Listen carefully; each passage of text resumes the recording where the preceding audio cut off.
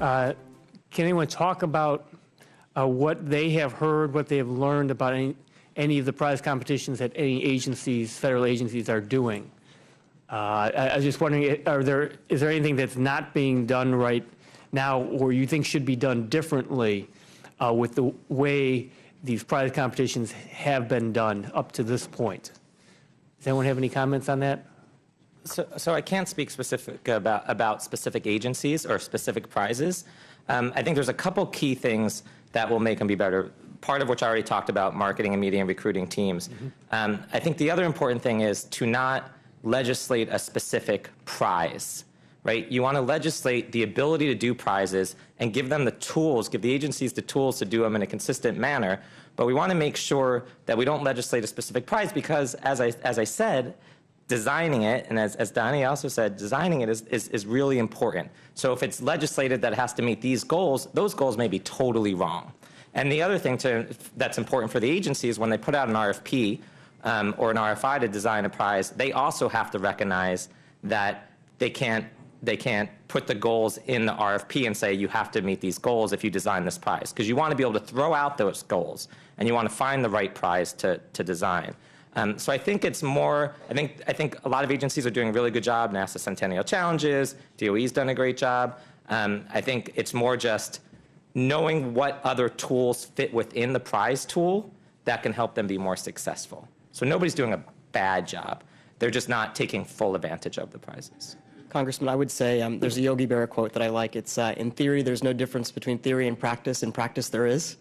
And it kind of applies to how things tend to work. For example, we've been very effective with running challenges with certain agencies. However, a lot of times the overall preparation, some of the things that Chris was describing, require us to then sometimes get in a situation where we have to contract with the government in a normal way, right? And for us as a commercial organization, we don't focus on government as a sector. We looked as the challenge as a way of saying this is a more efficient mechanism of engaging with government. But if we then get pulled into the rest of the cost plus world of how things work, our tendency is to say, you know what, let's go look for commercial customers or let's find some third party to try to deal with government for us. And so we end up in a situation where unless we've got really great support from an agency that's willing to navigate all sorts of rules for us, that we'll choose not to enter and engage in that area because of the friction of the engagement. Mr. Singh, you had talked about the how you separate bigger, you separate it into smaller pieces. What you are trying to, then pull together to come up with a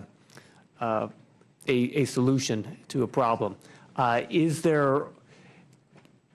the federal government, have you seen agencies doing that, or could it be done better? Yes, so the challenge I described with NASA that we just launched around detecting asteroids, like who doesn't want to find asteroids? So that challenge is actually already broken down into 10 parts. And so the first 3 or 4 parts of that is to define the problem statement. We do kind of a test data set with the community, so we make sure the problem is set up right. We break it down into certain components. And then the main event, so to speak, is like the 6th or 7th challenge along the way, and then there's a refinement. So we've done that pattern with NASA and the NASA Tournament Lab at HBS quite successfully, and they've actually gotten to where they understand how to break those down as well or better than we do now. And so it's a matter of, I think it gives us more surface area. It's not a way of discovering a new industry, but it's certainly a way of exponential leaps forward in existing problem areas. And are there areas that you think, Dr. Moe said that you think this could be used better in healthcare? Are there areas that have not, other areas that you think the federal government has not, federal agencies have not gotten into, that they can use these prize competitions in? And are there areas that the federal government probably cannot serve a good role in? These prize competitions will not serve a good role in trying to solve? That's to me. So I think a couple things. Right now, the federal government is using prizes 0.0000001%. So there's certainly opportunity for expansion, without a doubt.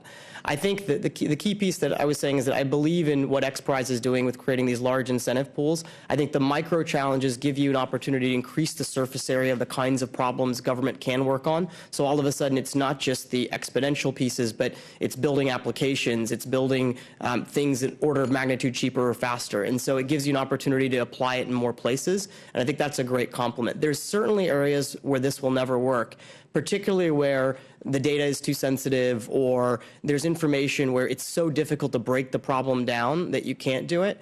So there is limitations, but I think we're not even close to approaching those yet. So there's a lot of opportunity to expand and try this in other places.